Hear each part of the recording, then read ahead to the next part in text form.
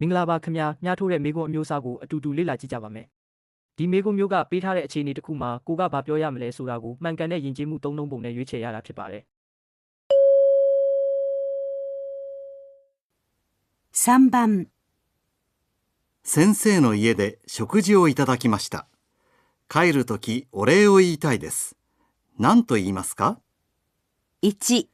大変よくできました。2、よろしかったですね。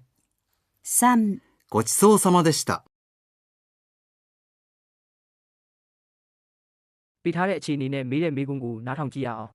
先生の家で食事をいただきました。帰るときお礼を言いたいです。何と言いますか？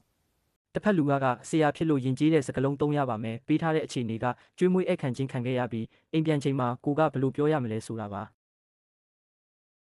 မေးတဲ့မေကွန်းကိုကြည့်ရင်1、大変よくできました。ဒီစကားစုကအထက်လူကြီးသို့မဟုတ်ဆရာကနေကလေးတွေတပည့်တွေကိုချီးမွမ်းတဲ့အခါမှာပဲသုံးတာဖြစ်ပါတယ်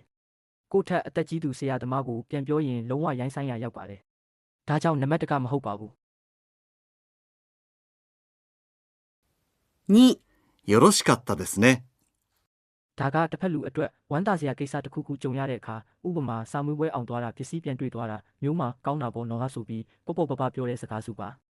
အစားအသောက်ကျွေးလို့ကျေးဇူးတင်တဲ့နေရာမှာသုံးတဲ့စကားမဟုတ်ပါဘူး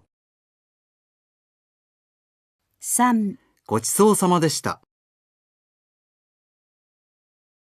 ဂျပန်ယဉ်ကျေးမှုမှာအစားအသောက်ကျွေးမွေးတဲ့အတွက်ကျေးဇူးတင်ကြောင်းဖော်ပြတဲ့အခါမှာသုံးတဲ့စကားပါဆရာအိမ်မှာစားတောက်ပြီးပြန်ခါနီးမှာပြောရမယ့်အမှန်ကန်ဆုံးအသုံးအနှုန်းဖြစ်ပါတယ်ဒါကြောင့်ဒီပု္ပ္ပစာရဲ့အဖြေမှန်ကတော့စမ်းပန်ဖြစ်ပါတယ်ညထိုးမေးခွန်းတွေကိုဖြေဆိုတဲ့အခါကိုကဘသူ့ကိုပြောနေတာလဲဆရာလားတငယ်ချင်းလားအလုပ်ရှင်လားဒါကဘယ်ချိန်ဘလို့အခြေအနေလဲဆိုတဲ့အချက်နှစ်ခုကိုတေချာဂရုစိုက်ရင်အဖြေမှန်ကိုလွယ်လွယ်ကူကူရွေးချယ်နိုင်မှာဖြစ်ပါတယ်နောက်ထပ်များထိုးမေးခွန်းတွေကိုအတူတူလေ့လာဖို့ကျွန်တော်ရဲ့ channel ကို like နဲ့ follow လုပ်ထားဖို့မမေ့ပါနဲ့ဦးခင်ဗျာအားလုံးပဲစာမွေးပွဲမှာအမှတ်ကောင်းကောင်းနဲ့အောင်မြင်ကြပါစေ